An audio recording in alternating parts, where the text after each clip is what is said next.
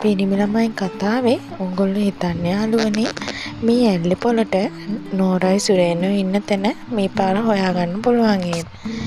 ඉතින් ඇල්ලි පොල සුරේන්ගේ යාළුවගේ වාහනයෙන් දැකලා පසුපස ගියන් ඇත්තටම එයාට යන්නේ කොහෙද කියලා නම් හොයාගන්න බැරි වෙනවා. ඉතින් ඒත් එක්කම සුරේනුයි සුරේන්ගේ යාළුවයි කල්පනා කරනවා මේ ඇල්ලි පොල කවුද කියලා ඇත්තටම හොයලා බලන්න.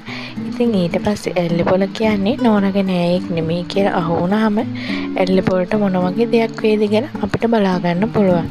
ඉතින් දැන් තියෙන ප්‍රශ්නේ තමයි ඇල්ලි පොල සුරේන්න හොයනවා. ඒත් එක්කම සුමංගලත් හොයන්නේ සුරේන් කොහෙද කියලා.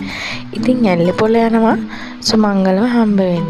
සුමංගලගෙන් උදව්වක් කරා ඇල්ලි පොලයි සුමංගලයි දෙන්නම එකතු වෙලා තමයි මේ පාර හදන්නේ සුරේන්න හොයාගන්න. ඉතින් සුරේන් ගමට ගියාම සුමංගලට සුරේන්ට මොන වගේ දෙයක් සිද්ධ වෙයිද කියලා අපිට ඉදිරි වීඩියෝ වලින් බලා ගන්න පුළුවන්. ඉතින් මේ පාර නම් සුමංගලයි ඇල්ලි පොලයි දෙන්නම එකතු වෙලා තමයි සුරේන්න හොයන්නේ. ඉතින් සුරේන්ට මොන වගේ දෙයක් වෙයිද? ඉතින් ඉදිරි වීඩියෝ වලින් බලාගමු යාළුවනේ මොන වගේ දෙයක් සිද්ධ වෙයිද කියලා. අමතක නොකර subscribe කරලා තියාගන්න.